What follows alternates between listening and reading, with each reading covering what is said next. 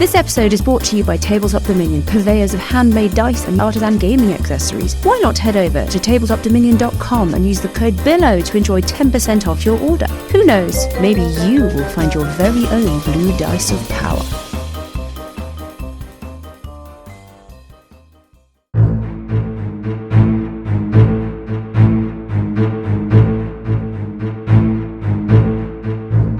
Hello and welcome to the Billowing Hilltop podcast. I'm here with Paul again. Paul and I are still sitting around in the office in the command pod doing, whatever, recording stuff and administration. Scaly's fortunes. Tidying up after Johnny. Tidying up after Johnny because, frankly, that high chair gets a little soiled after a session, I think it would be fair to say. So it's best just to whip out the disinfectant spray. The alternative is just to open the airlock and just chuck the thing out, but he gets very, very cross if he doesn't have his chair, so there we go. Toys out the pram. This, Paul, is, I think, an episode with you in it, I think. Is it? I don't know. We'll see how the sequence works. Figure it out as we go. Because we're recording separate things with you and we're separate things with the other guys, but it's all very I think confusing. It is a little, well, it's confusing for you, it's confusing for me because we're not doing them in order and I'm getting completely lost. It's always appreciated if you rate and review us on your podcast app of choice, be that Apple Podcasts or Beyond Pod or Spotify or whatever it might be. Paul, Emails. Do you remember any of our social media information? No, I don't know any of that. At Billowing Hilltop on Instagram. Yes. We're also on Facebook. We're at Billowing Hilltoe on Twitter, where we're most active. You are very active on Twitter. It's not me, Paul. It's not me. It's a disembodied, notional podcast. Do you want to tell people to email us? Please email us at hello@billowinghilltop.com and yes, we will read it out if it's any good, and sometimes even if it's not any good. Even if it's just a single expletive. Yes, we will respond. They shall reach into my carpacious sack. We've got to clear out his sack from time to time, otherwise he gets built up. Let's not go into any details on that. And let's push on instead with episode 145 of the Billowing Hilltop podcast, Stranger in a New Town. Let's get started. Scaly. The others disappear, and you're left in the hotel room. Yes. Finally, all on my own. It's been a while since the confrontation. Things have been tidied up. Frill Beskard, the proprietor, has sort of sniffed around a bit. He's comped you the room for a few days. Oh, that's nice of him. And you've had a long rest even if you didn't need it. Yeah. It's early mid-morning. Let's say it's like 9, 10 o'clock in the morning. Okay. On Ut. It is Ut the 14th of Fart. Yeah. In the year 595, which is 16 years later than you thought it was, because you've been, away somewhere. Yes. What are Scaly's thoughts about what he wants to... Why have you stayed behind? That's a good question. Well, it's about the Oath of Vengeance and all this stuff with trying to track down the Ebon Triad, and now that he knows, he's learnt that Ilthane the dragon is dead, so he's kind of wants to move on. And right. The last thing he knows about, really, from before he went into stasis, was he had the meeting with Lashonna, didn't he? Who he got on really well with. There was a connection there. No, I don't know that we've explored that too much, but yes, I think so. I mean, you came to Frostanger looking for the Airborne Triad, and you encountered Rabadabadass. Of the Rubber-Dubber-Dub. Yeah, the same. You know him. Yes. You do? Yes. Oh, excellent. Oh, God. It has to happen eventually. It does. But I think you only kind of came across him. I don't think you didn't have the opportunity to form a firm friendship. He introduced you to Lashonna. Yep.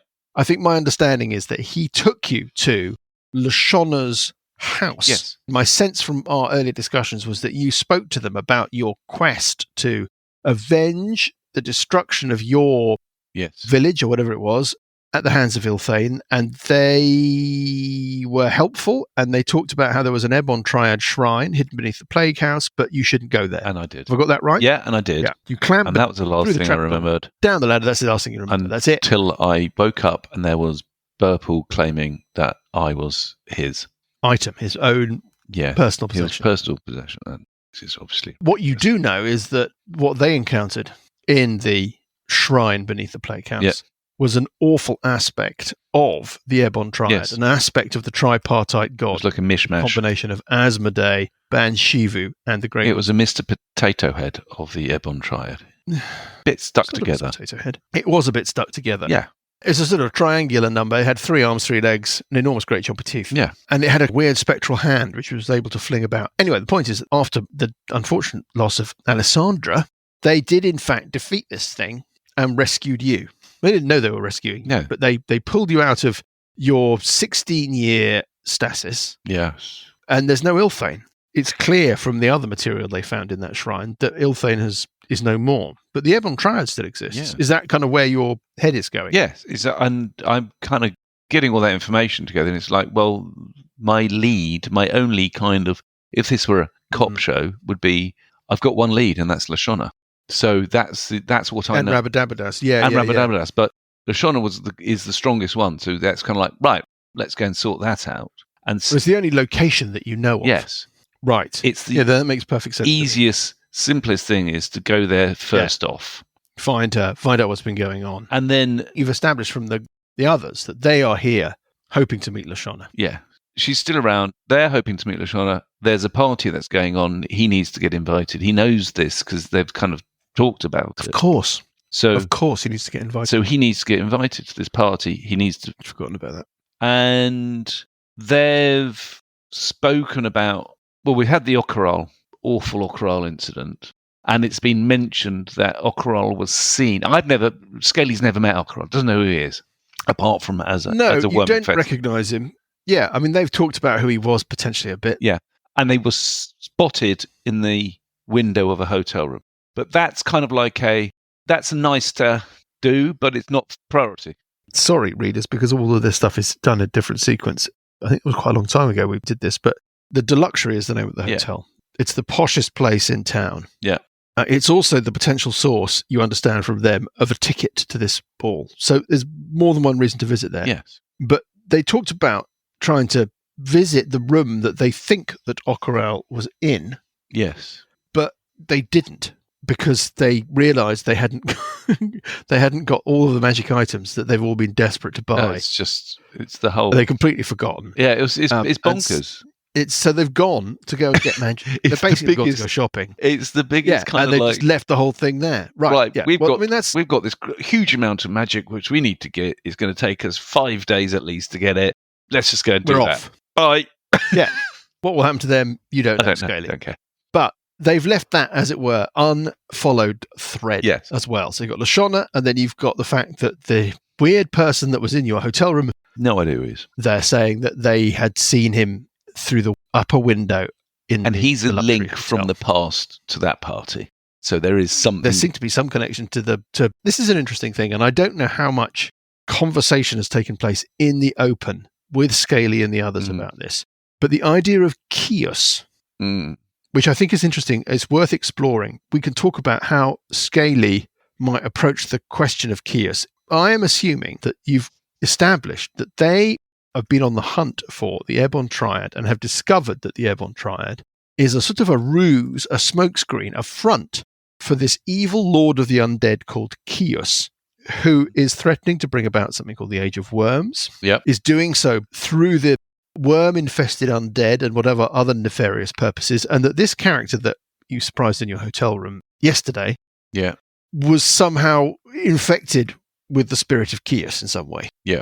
There was a big old parasitic worm inside him. There was something, that had sort of rather connected itself up, wired itself into him in a rather disturbing way, and had turned him into something that we've been referring to as a hinge head. Yes. And not new to our readers, or to me, or to the others, but are new to Scaly. Yes. Basically like a pedal bin, like an undead pedal bin. Yes. That screams. It's a bit of a stretchy analogy, but anyway, whatever. What he's gathering from probably the discussions that is going on between the party is that there is a common thread between them. He's got an oath of vengeance, which is kind of leading him in the same direction that they're going in. But as it stands right now, he doesn't necessarily feel like he's part of the party. And no.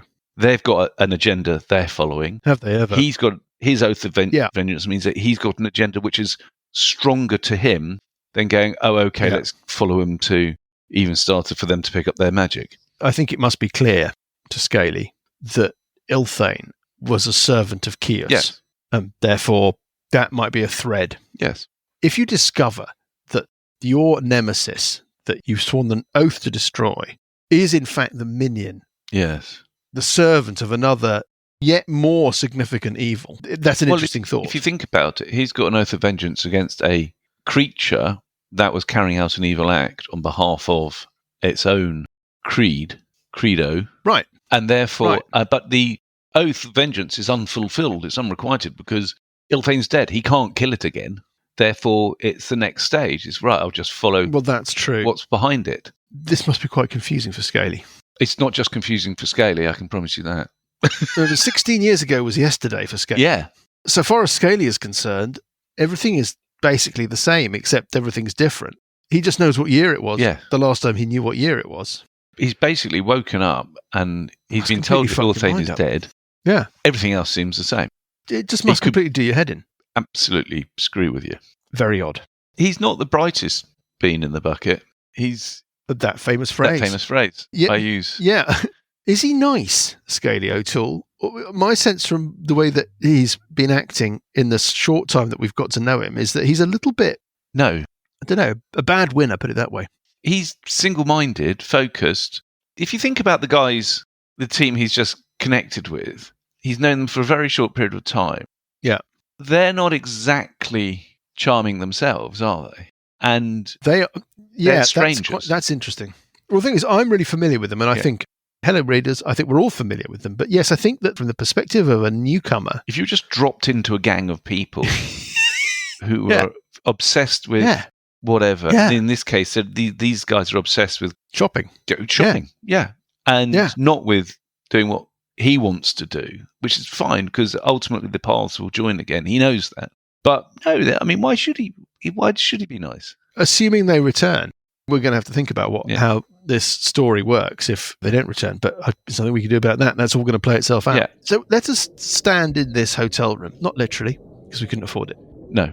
It is the morning of Urt, or is the day of rest. And you are maybe pondering on these ideas, thinking about what to do next, when you hear the thump of feet on the stairs, people approaching the room. Okay. There is a knock on the door, a confident thump on the door. Yes. I open the door. There are two cops. Okay. They are hobgoblin members of the Watchers. Yeah. And they look, despite the confident thump on the door, a little bit trepidatious and, at the same time, if it's possible, a little bit bored. Okay. The lead one, the senior one, is looking at your midriff. And they look up at this enormous, imposing, draconic figure. Yeah, you don't get many dragon bonds, do you? Certainly not in the hinterlands. Yeah. And then the lead one is completely discombobulated now and says, good morning. I am a Detective Sergeant... Detective Sergeant Radish. We understand that there was a bit of an incident in this room yesterday involving nefarious occurrences. We would like to know more about it.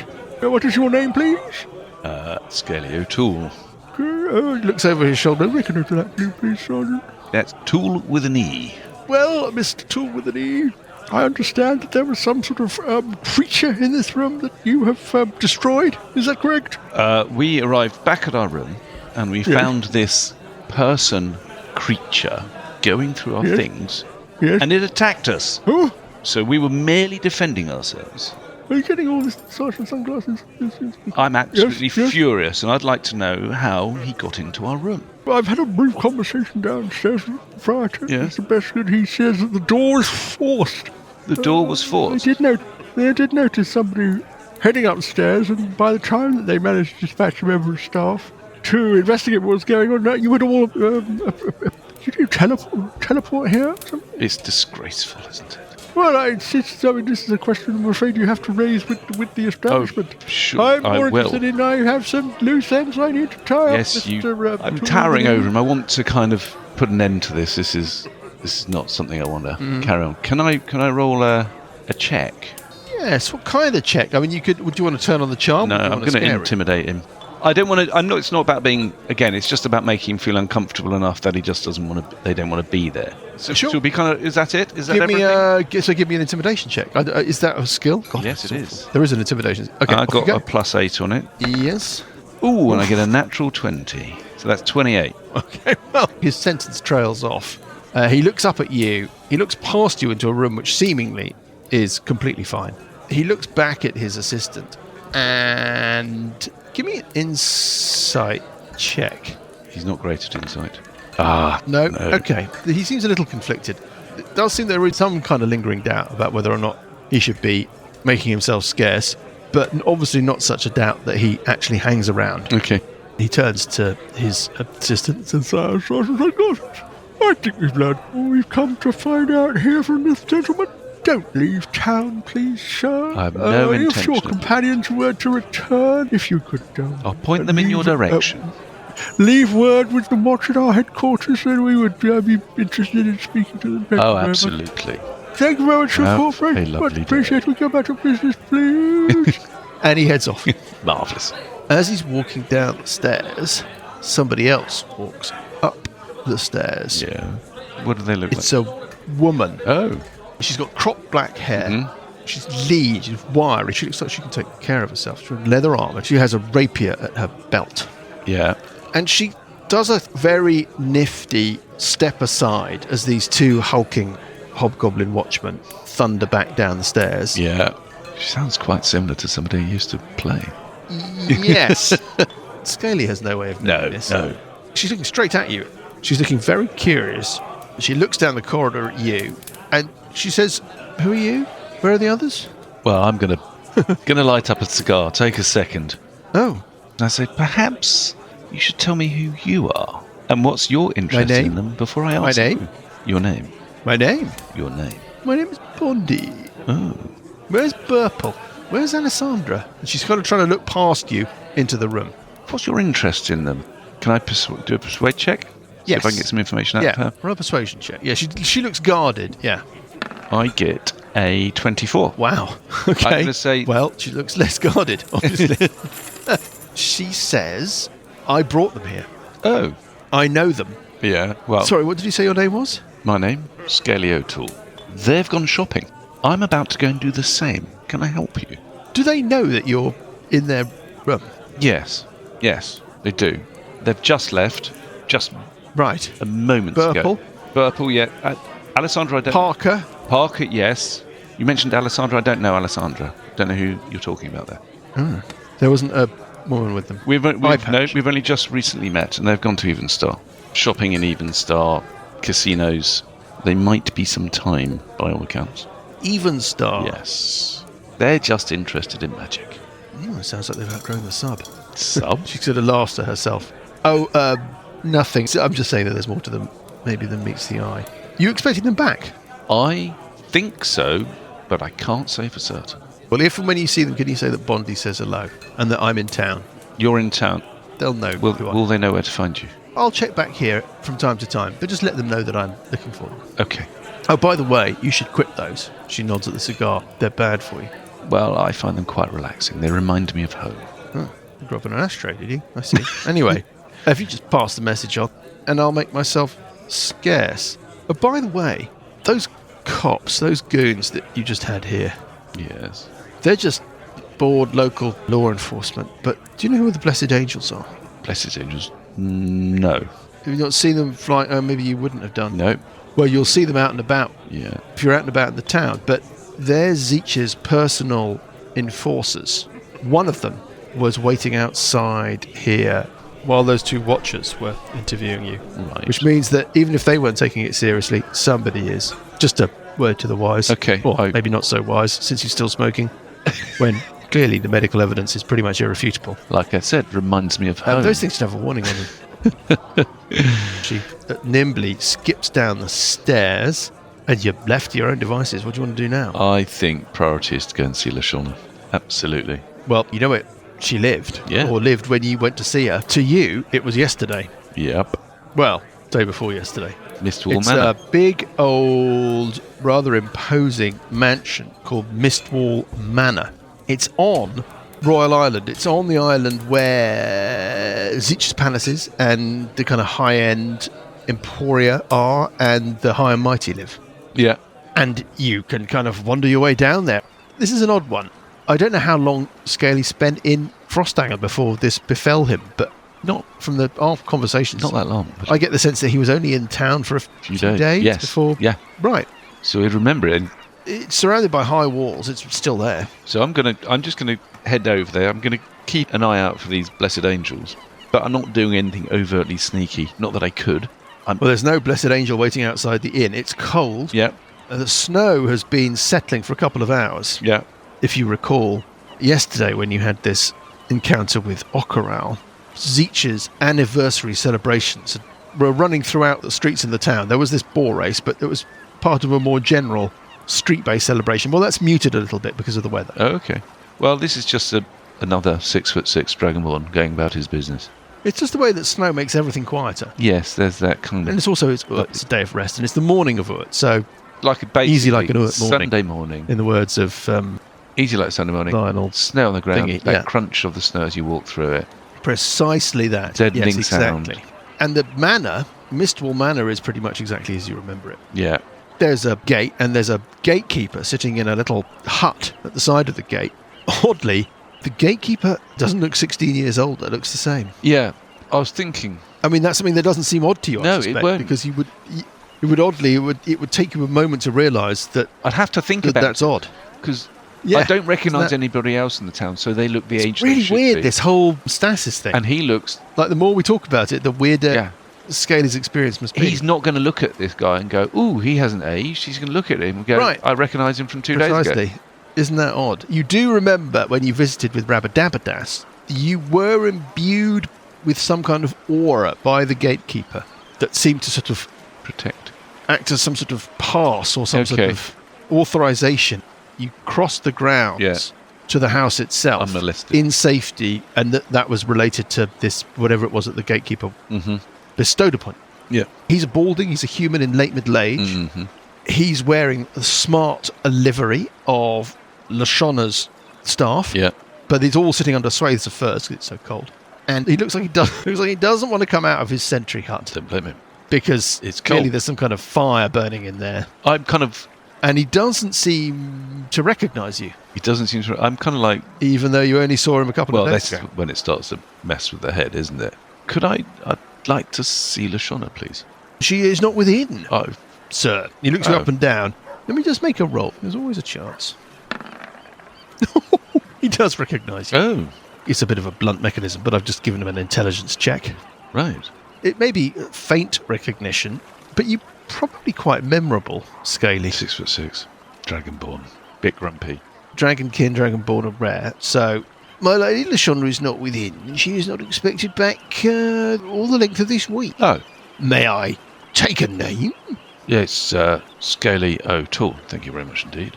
Scaly O'Toole? Does he know... do you know... And you know... I know Rabadabadas. Of the Rabadabadas? Yes. Do you know him? Yes, I do. Oh. Yeah. That's me and you both know him. That's a first. That's where I recognise you from. Yes. That's a few years ago. Yes, I do seem like recognise it, you, young fellow. Well, I'm sorry, but she's away. She won't be in town until the end of the week. She'll be back for Zeech's gone. Oh, okay. Do you know where she's gone? I'm afraid that my lady doesn't discuss her movements with the likes of me. Okay. All right. All I know is that visitors are not to be entertained until such a point that she returns. Oh, very good. Thank you. No message to leave? Can you leave a message to say that Twinkle Toes, Scaly O'Toole, paid a visit, would like to speak to her? You don't have a card at all? No, I don't have a card.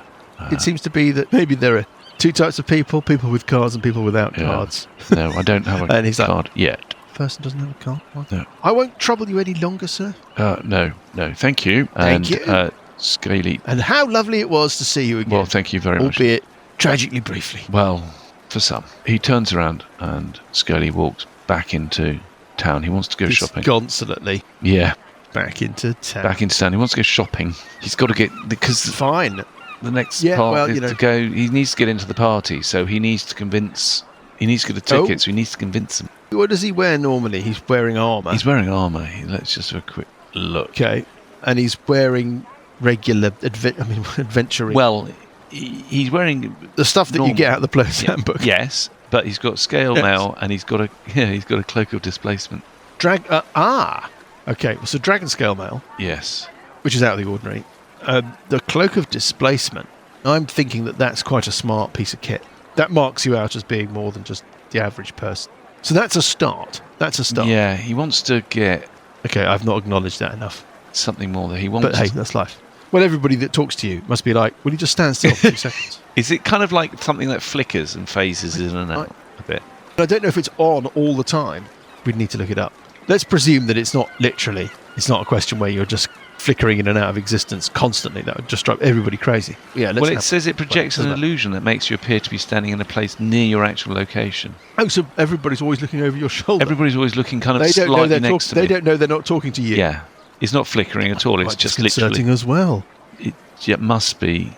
It's more annoying for Scaly than it is for the people, I think. Right. Yeah. That's interesting.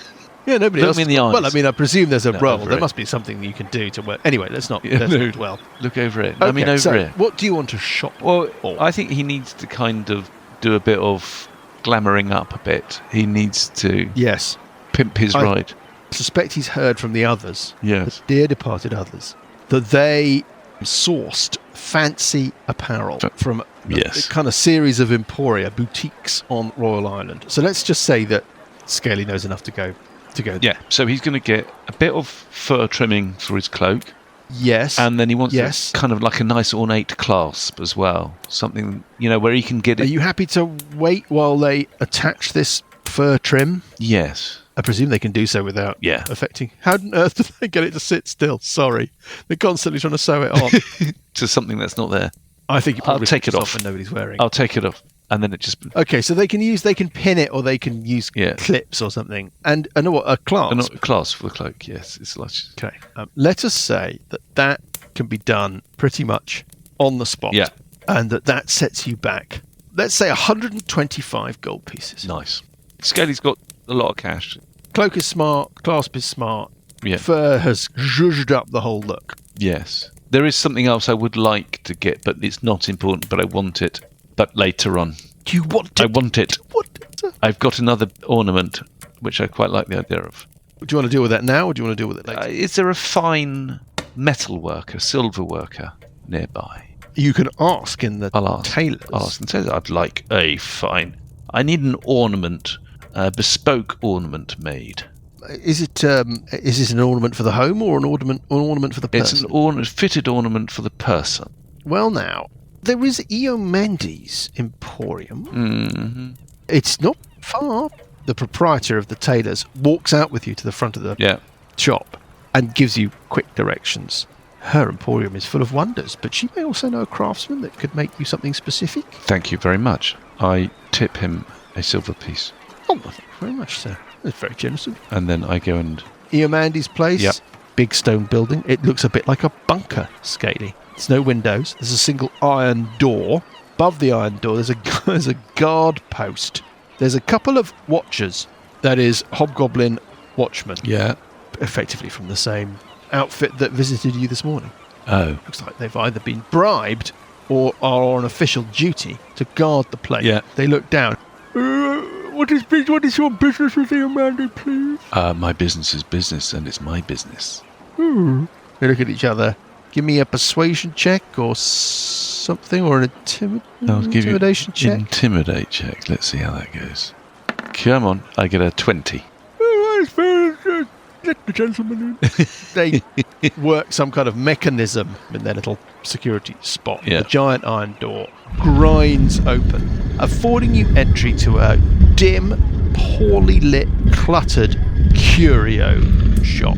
You know, like those weird antique shops in small towns that go on forever and you have to keep watching out to stop yourself bumping your head and nothing makes any sense. Yes. It's a bit like that, although you get the sense that the stuff is of great value. Okay. You can taste magic in the air. Yeah. Ooh. Right. Thank God the other guys aren't here. Yeah, we'll be here all week. You also taste abjurative magic. Okay. So it's not just a question of the wares almost chattering with power. Yeah. But also, it looks like everything is well woven and hedged with some kind of protective wards. Stop people stealing things. It's quite relaxed other than that. At the front of the shop, there's a couple of gnomes sitting behind a counter. One of them has got a big jeweler's eyepiece, magnifying eyepiece in, and is working on some intricate piece of metalwork. Yeah. The other one is doing paperwork, looks at your midriff, and then looks all the way up. Says, "Sir, can I be of assistance, sir?" Yes, I need a couple of pieces made, a commission for a couple of pieces. If that's... Made? Yes. Unique to me. His companion looks at you with the eyepiece in. Big eye. And sort of goes, and then takes it out. And looks at you normally. He's like, oh. What do you mean made? Well, what kind of thing? This is where, obviously, my deity comes in. As you know, my deity is Beermat. Beermat. And the symbol of Beermat, the iconography, is a mug, a beer mug, and a cigar. Right. So, I would like a silver ale tankard to hang from my belt. And silver tankard, yes, there can be many, certainly. Well, actually, we may have something. Does it? Do you have a particular requirement about this tankard, sir? Does it need engraving? Is it for specific design, or would a tankard that we already own be? No, it needs to be specific to the great deity Beermat. So the paperwork gnome passes a piece of paper and a quill pen across the countertop towards you. Yeah, and sort of nods at them, saying, "You can start writing down what you want." Okay. And the other one says, "And the other item?"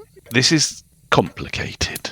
Oh, yes. It is a silver ashtray that is an ashtray designed to fit over the end of my tail. Oh, he tries to kind of look round you. Obviously, he's looking in the wrong place because you're wearing the cloak of displacement. Yes. Got that right now, finally. Yeah. And he once he's sort of got a gander of the tip of your tail, he looks intrigued by this thing. He's like, "Oh, it's quite an interesting... you know, it's very bad for you, smoking, sir." Yes, it reminds me of home. Raised it an ashtray, were you? Anyway, raised the tobacconist. I can see that one's going to run for a while. Yeah. I see. Well, yes, that's something we could certainly fashion for you, sir. I need it for 3 days' time. For the party? Prince Zeke's party? For the party. Oh, why didn't you say? Well, I'm sure we could complete some kind of commission before then, yes. So in the style and iconography of Beermat. Money always comes down to money, doesn't it, sir? How much? Always does. Let me have a think now. For the tankard, why don't we say that 200 gold pieces? Done. Now the ashtray, more complicated. Ashtray is pure silver all the way through with the iconography of Beermat. I think that may be a little more, sir, if I may be so bold. 400 gold pieces. Why don't we say 500 for the pair? Okay. Excellent. You would like to return in a few days to pick up your merchandise, or yes. Can we forward them to forward an them address to the luxury, please? Oh, to the luxury. Oh, yes, I see. Well, he's a dragon king of taste and distinction. 250 gold pieces down now as a deposit? That's absolutely acceptable. I'll do that. I'll hand them 250 gold pieces. The taste of magic only leaves you 2 or 3 minutes after you've left the place. Yeah. It's like a kind of enervating shudder. Now what? Done his shopping. He needs to go and get himself sorted a ticket for the party. I'm going... So that is the deluxury. To the deluxury. The others got their tickets by speaking to Armhin, who is the proprietor of the deluxury. Okay. Armhin Laratio. Okay, I'm going to stride up. You've not been here before, but it's genteel. There is a sort of large glassed conservatory-style dining room to the rear. There's a casino, appropriately. Yeah. There's a bar. There's a snooty door person behind a lectern, a bit like the snooty door person in Ferris Bueller. Oh, yeah. She looks at you, or rather looks at your midriff archly, and then looks up and sees you and says, "Can I help you, sir?" I'd like to book a room, please. Oh, one would like to stay? Yes. Well, our rates run from 100 to 1,000 gold pieces per night. Does Sir have a specific... perhaps Armin should come in. And you can hear this kind of fuss, fuss, fuss sound. And this rather gangly, hand-wringing chap appears. I'll take over here about this gentleman's accommodation. Sir, is there any specific requirements you have for your chamber? Yes. And what I Is it just Sir? Just Sir. Uh-huh. For some nights.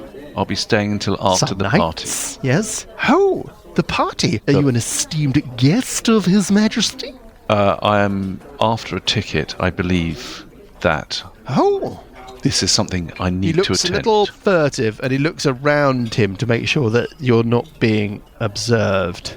Well, it's so true that I might be in a position to meet your requirements. I am in town for a few days. I have business here, and I would like a ticket. And I'm very happy to pay the person who provides me with the ticket. And again, I'm just kind of standing up. I'm kind of towering over. Let's not discuss anything quite so vulgar as a recompense, sir. Perhaps Sir would like to take a seat in the restaurant. Maybe we could discuss this over brunch. Yes. Can I have an ashtray, please? I'm afraid that smoking is not permitted within the restaurant, sir. I just light permitted within the rooms, though. And in the bar area. I will be taking a room, and I just light up a cigar. Can I have an ashtray, please? Well, he just doesn't have the courage to challenge you. Okay. He coughs rather theatrically, kind of looks disapprovingly at you. He clicks his fingers, and flunkies start appearing. Our usual brunch menus? Yes. Plates start appearing. It's clear that he's made a judgment about how much brunch to bring an individual of your scale. Okay. So it's not like some rubbish little bit of kedgeree and then a piece of avocado or whatever. Stuff starts appearing in enormous quantities. Lovely. As you sit there, sitting still and sitting at peace for the first time in a couple of hours, you realise that you are feeling a distinct sense of warm well-being. Really? And it's not just now, it's increasing, but it's not new. It's a physical sensation. It feels like a positive, warming, reassuring narcotic flowing through you. It's great. I mean, you feel... Yeah, but don't trust it. Well, that's another question. Maybe it's the cigar. No, these are particular. He knows these cigars very, very well. Armhin returns once you're tucking into your food. Sir, I am in a position to source you a ticket. Mm-hmm. Perhaps we could discuss this tomorrow? Would that be yes. to your satisfaction? Yes. In the meantime, like a room, your please. Accommodation, sir. Oh, you have a preference? I like to be above. It reminds you of sleeping in the trees of hope. One of the upper rooms, the penthouse rooms? Very well, sir, yes. And I'd like a box of Count de Foresta, number 16s, to be delivered to my room, please. He looks over at one of the flunkies and goes, "Ta-ta-ta-ta-ta-ta. You heard the man. A box of Count de Foresta, please. I think we have some in the store. If not, run along to... need a name. Run along to Spagamoose. Spagamoose. Spagamoose. Nice. Yes, this stuff isn't just thrown together, Paul. Yes, it is. I think we have a room that's suitable for you, sir. Mm-hmm. It's right at the top of the building. We have a scarce availability. There are less expensive rooms, sir would be delighted to learn. Okay. He looks at you like he's posing you a test. Give me an insight check. That's not going to be very good. I can tell you. What happens? Let me just... No, you've got to be positive. Right. Take one off this. Oh my god. I got a natural 20, so it's 19. Okay. You can detect that he is testing you with the apparent benefit of the low-cost room. So my response is, no. Money's no object here.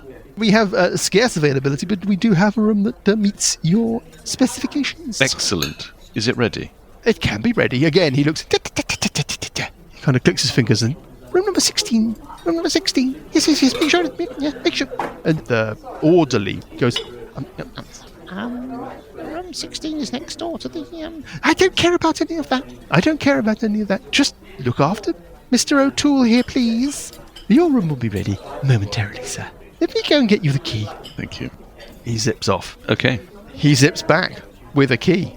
Unlike the ogre's hideout, it doesnn't have a giant theft-proof fob. Doesn't it have a kind of like either a touch sensitive, or you slip it. Maybe it's like a little magic magic thing. You don't know quite how it works. There's a little kind of wafer of something. Room 16 is your room. Hopefully everything is to your satisfaction. Thank you. I look forward to my cigars. You don't know whether or not you've got a room where Ockerell was, but you do think you've got a room right at the top of the hotel, which is where the others seem to think that they'd spotted him. Yeah. You finish your brunch. Yes, it goes down very quickly, and then Scaly just one mouthful. Stands up, turns, probably knocks something off another table with his tail, and marches. Upstairs to find. Do they have lifts? Do they have old-fashioned lifts? Goes upstairs. Yeah, it's taking winding steps 3 at a time. Up to the 4th floor. That is 5 floors up. Yeah. Americans, it would be the 5th floor. Strange. If this was an old high-status house, this floor is the servants' quarters floor that has been turned into rooms. Yeah. So as you reach the top of the stairs, you have to bend a little. The first impression you get as you reach the landing is that there is a sweet, unpleasant stench of decay, and it's just not very nice, wafting towards you. Your room is at the end of the hall. Okay. So is my room next to this room, or is it further down? No, as you head towards your room, room 16, room 12 on your right seems to be the source of the smell. Okay, so there's going to be an intermediary room between them. Yeah, it's odds on the left, evens on the right. Have 12, with your room 16 at the end. Yeah. Yes.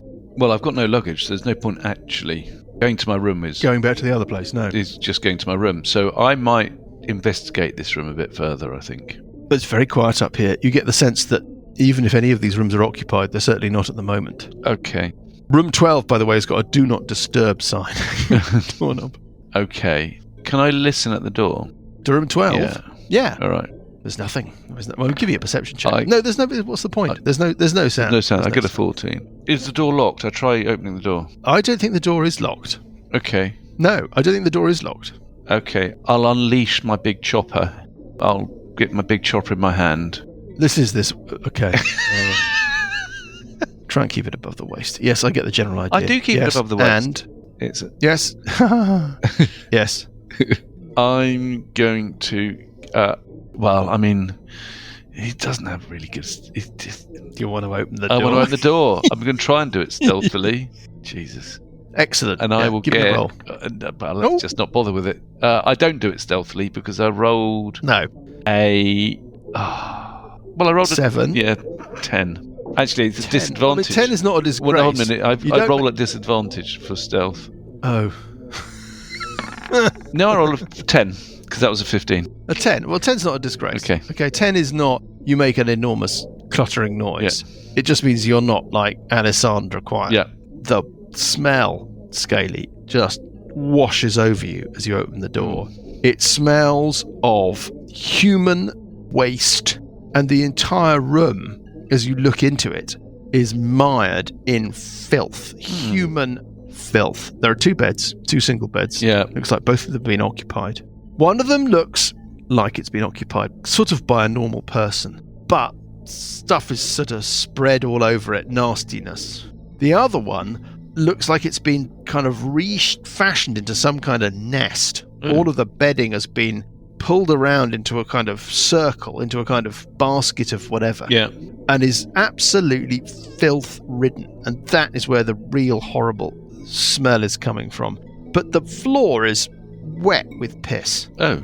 There are clothes scattered around near the bed that looks the most normal. I should be very careful here about how much I accentuate that, but slightly normal. There's a chair, and over that chair there are some clothes. Relatively fine-looking clothes. The weird pit nest bed, there's just stuff scattered everywhere. At the foot of the chair with the clothes on, there is a travelling pack. Yeah. Likewise, there's one on the other side of the room associated with the weird bed, with the nest bed, that is tipped over on its side and slightly open, and stuff is falling out of it. That's what you can see. There's nobody in here, obviously. Okay, well, I'm going to close the door behind me as I go in. And I'm going to... Can you give me a Constitution save? Oh, marvellous. I get More your a 16. 16 is enough.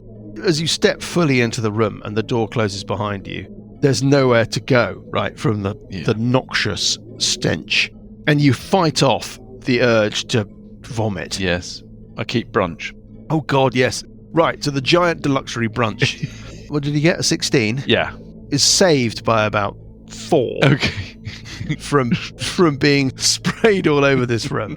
Clearly, unless this has happened very recently, then nobody's been in to clean this room for...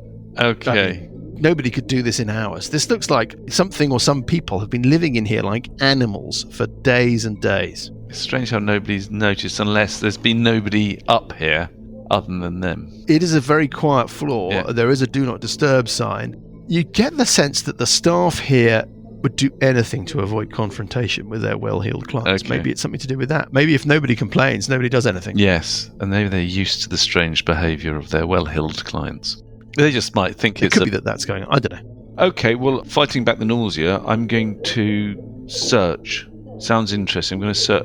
You said there were some backpacks. I'm going to have a look at the backpacks. Do you want to go through them? Mm-hmm. Okay. They're similar. Okay. One of them's normal. One of them's very, very smelly. Okay.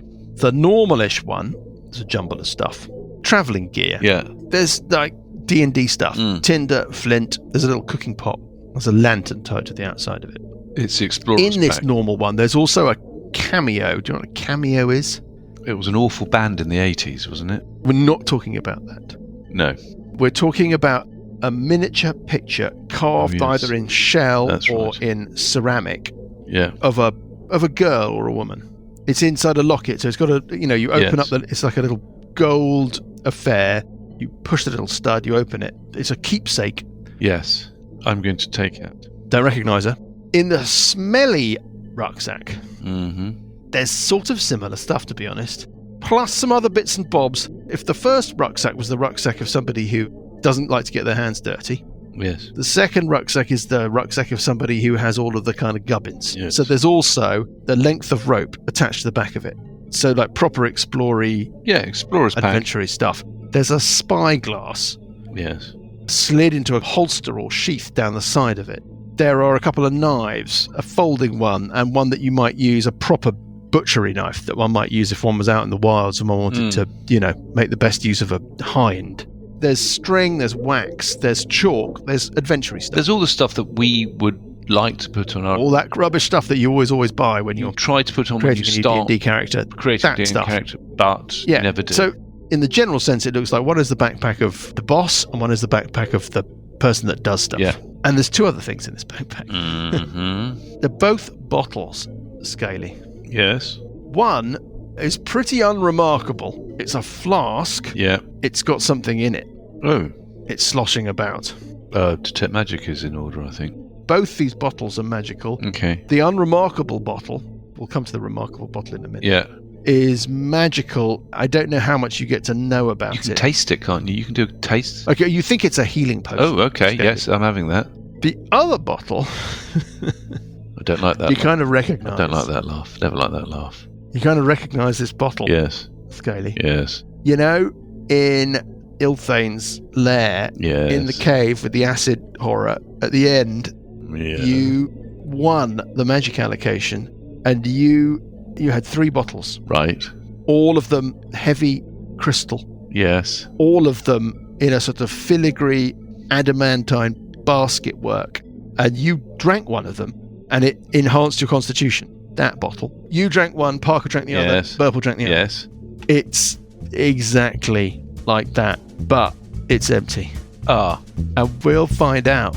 Too many questions right now. Scaly. No. I'm sure you do. Too many questions.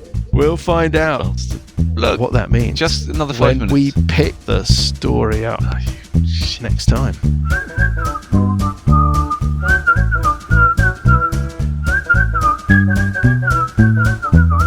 The Billowing Hilltop podcast is a Billowing Hilltop production. Dungeons & Dragons is a trademark of Wizards of the Coast. The Prince of Red Hand and Age of Worms are copyright Paizo. The Prince of Red Hand was written by Richard Pett. Music is from Kevin MacLeod and Incompetech.com and is used with thanks under the Creative Commons license. Additional music and sound effects come from the wonderful Sirenscape. All other original material is copyright Billowing Hilltop. Role-playing games are all about getting people together and we use Roll20 as our tabletop, the perfect place to host your game, and Discord to host our chat. Thanks for listening.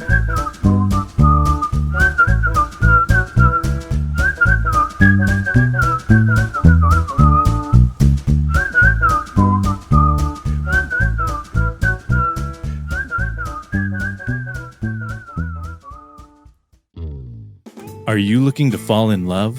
Meet Vault Hunters near you with Friend and Foe Adventure Co., a deadly sniper that'll nat 20 your heart. I'm Tarquin Britstone, and I came here to do two things: get wasted and start a fight. And I'm almost out of booze. An ex-lawyer mech pilot that won't raise any objections. Subpoena, I hardly know her, am I right?